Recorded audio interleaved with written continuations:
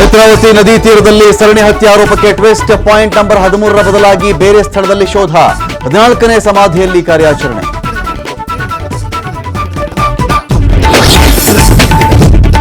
ನೇತ್ರಾವತಿ ನದಿ ದಡದಲ್ಲಿ ಶವ ಹೂತಿಟ್ಟ ಆರೋಪ. ದೂರುದಾರನ ಪರ ನಿಂತ ಸ್ಥಳೀಯರು ಆತ ಶವ ಹೂತಿದ್ದನ್ನ ನಾವು ನೋಡಿದ್ದೇವೆ ಎಂದ್ರ 6 ಜನ.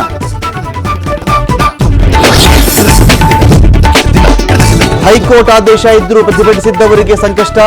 ಸಾರಿಗೆ ಮುಷ್ಕರ ಮಾಡಿದ್ದವರ ವಿರುದ್ಧ ಶಿಸ್ತು ಕ್ರಮ. ವಾಟ್ಸ್ಆಪ್ನಲ್ಲೇ ನೋಟಿಸ್ ನೀಡಿದ ಕೆಎಸ್ಆರ್ಟಿಸಿ. ಆಡಳಿತದಲ್ಲಿ ಚುರುಕು ಮುಟ್ಟಿಸಲು ಮುಂದಾದ ಸಿಎಂ. ಸರ್ಕಾರಿ ಕಚೇರಿ ಹಾಸ್ಪಿಟಲ್ಗಳಿಗೆ ದಿಢೀರ್ ಭೇಟಿ. ವಿಕ್ಟೋರಿಯಾ ಆಸ್ಪತ್ರೆಯಲ್ಲಿ ರೋಗಿಗಳೊಂದಿಗೆ ಮಾತುಕತೆ. ಉತ್ತರಾಖಂಡ್ ಮೇಘಸ್ಫೋಟ ದುರಂತ.